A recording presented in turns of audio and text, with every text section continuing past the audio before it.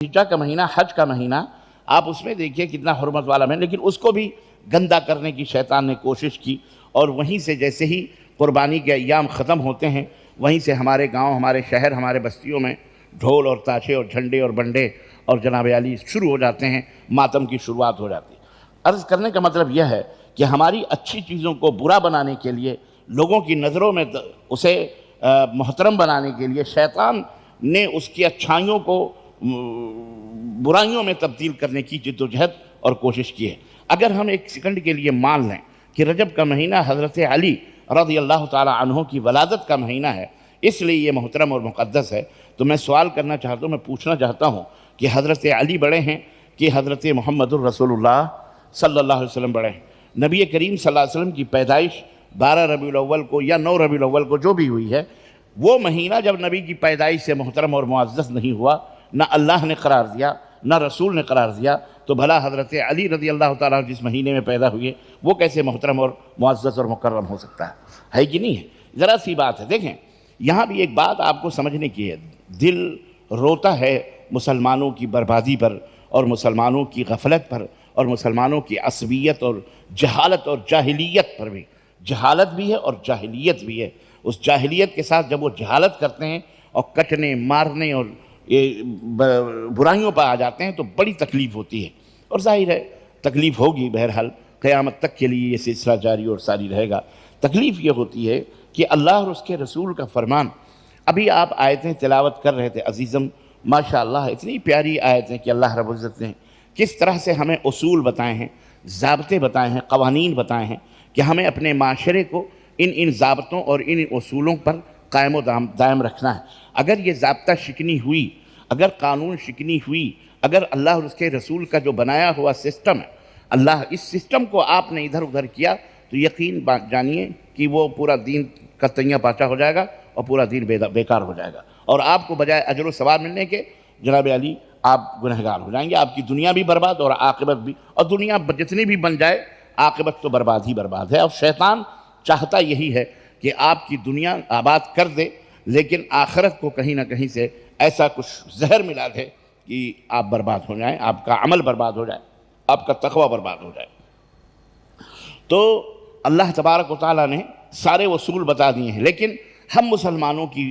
جہالت ہے، ہم چاند کے اوپر جانے کی بات کرتے ہیں، آسمانوں میں جہاز اڑانے کی بات کرتے ہیں، زمینوں پر لکڑی اور پلاسٹک کے اور لوہے کے انجن بنا کر کے جناب علی دوڑانے کی بات کرتے ہیں، اونچی اونچی بلڈنگیں محل بنانے کی بات کرتے ہیں، لیکن ایک چھوٹی سی بات توحید کی، نبی کریم صلی اللہ علیہ وسلم کی سنت کی ان کے دماغ میں کیوں نہیں آتی؟ وجہ کیا ہے؟ بڑے بڑے دماغ والے، بڑے بڑے عقل والے، کیوں آخر یہ بات کیوں نہیں سمجھ میں آتی کہ اللہ کے ساتھ کسی کو ساجیدار نہیں کرنا چاہیے، کسی کو پارٹنر نہیں بننا چاہیے، اللہ کے سوا کسی کو اپنا مددگار، کسی کو اپنا مشکل گشا، اللہ کے سوا کسی کو بھی اپنا حاجت روا نہیں سمجھنا چاہیے؟ آخر یہ بات کیوں نہیں سمجھ میں آتی؟ آج 80 سے 90% لوگ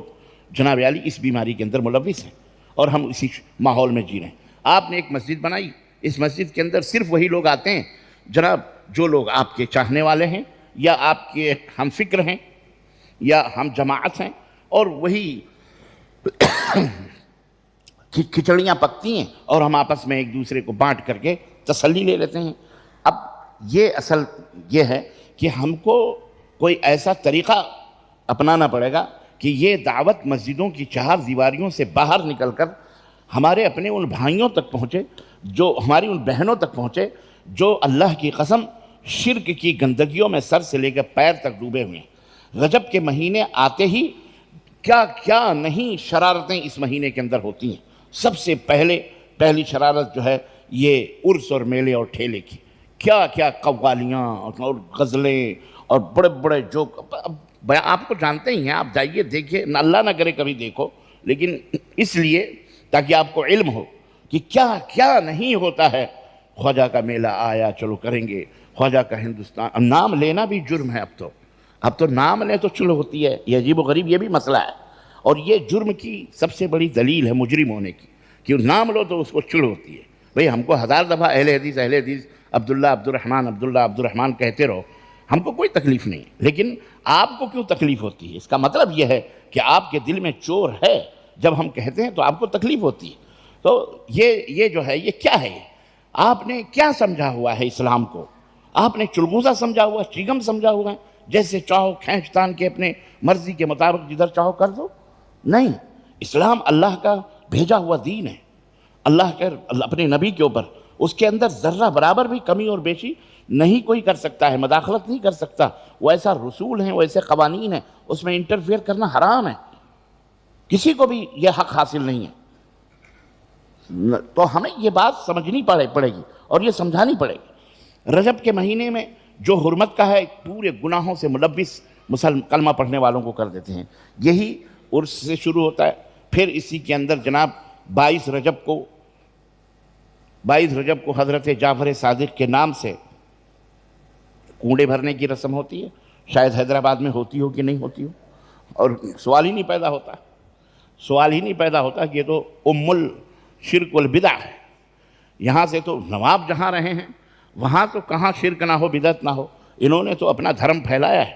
اور نوابوں کے نام پر ہم لڑتے ہیں کہ صاحب وہ ہمارے نواب، ہمارے کسی کے نواب واب نہیں تھے، وہ سارے اپنے اپنے مذہبوں کے تھے۔ اب یہی دیکھ لیں، یہی حیدرآباد یا پورے ہندوستان میں رجب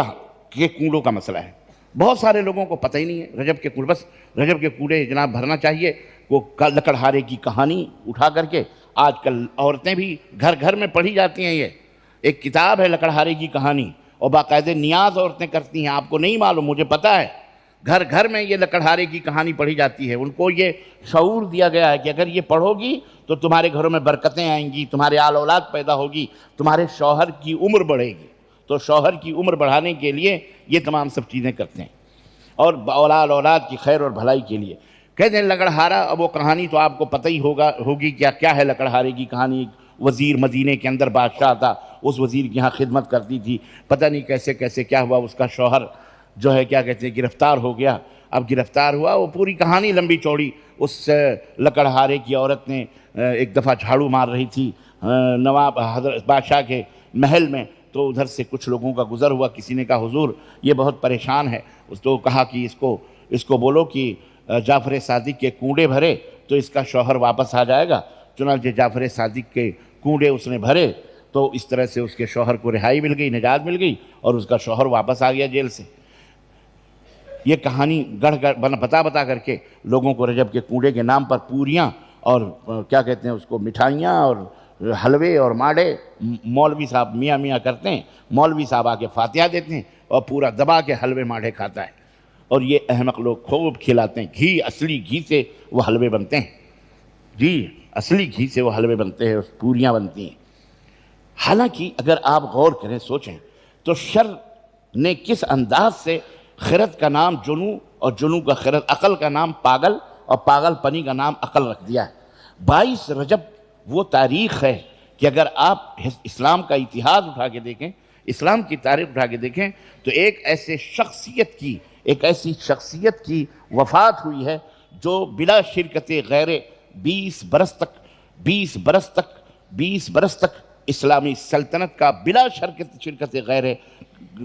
امیر المومنین رہا ہے 20 سال تک، اور اس سے پہلے 20 سال تک اپنے بھائی کے زمانے میں وہاں پر اس نے اپنے بھائی کے ساتھ گورنری کے فرائض انجام دیے ہیں۔ یہ وہ شخصیت کا انتقال، اس کے زمانے میں کوئی فتنہ سر نہ اٹھا سکا، کسی فتنے میں۔ جو فتنہ سیدنا عثمان غنی رضی اللہ تعالی عنہ کے زمانے میں اٹھا اور ان کی شہادت تک پہنچا اور ان کو قتل کر دیا گیا، اور اس کے بعد حضرت علی کو شہید کیا گیا، حضرت علی کو شہید کیا گیا، جنگ صفین ہوئی اور جنگ جمل ہوئی، یہ تمام سب فتنے جو پیدا ہوئے، جب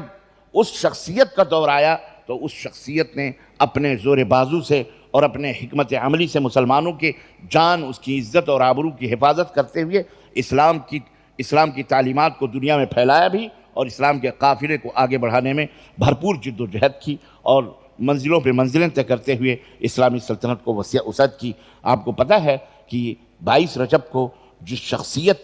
کی وفات ہوتی ہے، وہ شخصیت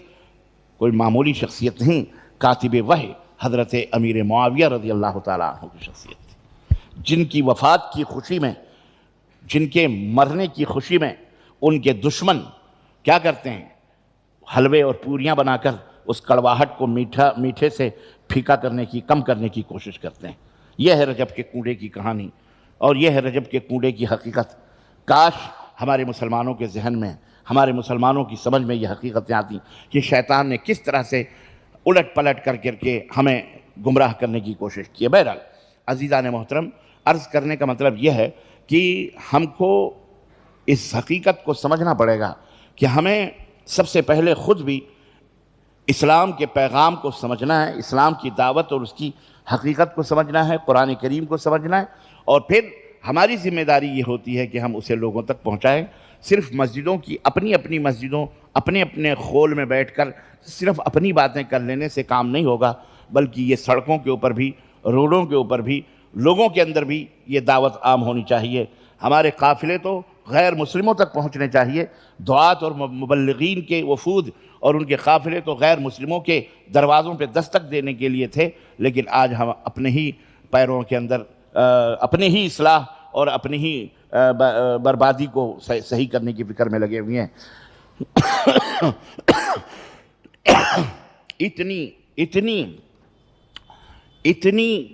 اتنی معاشرے کے اندر خرابیاں ہیں کہ میں آپ کو کیا بتاؤں، اتنی خرابیاں ہیں، اور ایمان اور عقیدہ تو خیر آپ جانتے ہی ہیں 80%، 85% نل ہیں ایمان اور عقیدے میں۔ لا الہ الا اللہ محمد رسول اللہ کی باتیں ہوتی ہیں، مسجدوں کے مناروں سبوں نے اپنی اپنی مسجد الگ کر لی ہے، سبوں نے اپنے اپنے دائرے بنائے ہوئے ہیں کہ آپ اپنا چھوڑ کر ہمارے دائرے میں آ جاؤ، وہ کہتے ہیں ہمارا اپنا چھوڑ کر اپنے دائرے میں آ جاؤ، اور یہی انہوں نے سمجھا ہوا ہے، اور اسی کی طرف بانٹا ہوا ہے دین کو۔ اور اللہ کے نبی صلی اللہ علیہ وسلم نے فرمایا تھا، یہ صحیح بھی ہے، اگر نہیں بٹیں گے تو اللہ کے نبی جھوٹے بھی ہو جائیں گے نا، اس لیے بٹنا بھی ہے، لیکن ہمیں تو کم از کم عقل ہونی چاہیے کہ ہمیں بٹنا ہے تو کہاں رہنا ہے، کس کے ساتھ کھڑا ہونا ہے۔ اللہ کے نبی نے فرمایا کہ ستفترق امتی علی 73 فرقہ، میری امت 73 فرقوں میں بٹے گی، لیکن ہمیں کہاں رہنا ہے۔ اللہ کے نبی نے فرمایا کلھا فی النار، سب جہنم میں جائیں گے الا واحدہ، قالوا ما ہی یا رسول اللہ، وہ کون سی جماعت ہے؟ قال ما انا علیہ واصحابی، آج میں جس پر ہوں، ایک روایت میں ہے الیوم، آج میں جس پر ہوں اور میرے صحابہ ہیں، اس دین پر جو لوگ قیامت تک رہیں گے وہی لوگ جنت میں جائیں گے۔ خلاص یہ ایک ترازو ہے، ایک معیار ہے، ایک کسوٹی ہے، اور کون سی بات ہے بھائی، سیدھی بات ہے، سیدھی سی بات ہے کہ ہم اپنے تمام مسائل کو کتاب اللہ اور سنت رسول اللہ صلی اللہ علیہ وسلم سے حل کریں۔ کیا ضرورت ہے ہم کو ادھر ادھر دیکھنے کی؟ لیکن نہیں، شیطان نے عقیدت کے نام پر قوم نوح کو برباد کیا، اور وہیں سے شرک کا آغاز ہوا، قوم نوح سے ہی شرک کا آغاز ہوا۔ عقیدت و محبت کا چشمہ لگوا کر ان کے بزرگوں کو 300 برس لیا اس نے گمراہ کرنے کے لیے۔ کتنے سو برس؟ 3 صدیاں گزری، تب وہ تیسری صدی میں آنے والی نسلیں جو تھیں وہ شرک کے اندر داخل ہو گئیں۔ آپ کیا سمجھتے ہیں اس قتل کا منصوبہ پہلے سے بنا ہوگا؟ منصوبے شیطان اور کفر بہت پہلے سے بناتے ہیں، اور ہم غفلت میں پڑے ہوئے ہیں۔ کہنے کا مطلب یہ ہے عزیزان محترم کہ آج ضرورت اس بات کی ہے کہ ہم دین اسلام کو اچھی طرح سے سمجھیں، اور اس طرح سے سمجھیں جس طرح سے صحابہ کرام رضوان اللہ تعالی علیہم اجمعین نے سمجھا ہے۔ آپ کی اور ہماری سمجھ میں یہ بات کیوں نہیں آتی؟ اور سمجھنے کے بعد اس کو لوگوں تک پہنچائیں۔ یہ صرف مولویوں کی ذمہ داری نہیں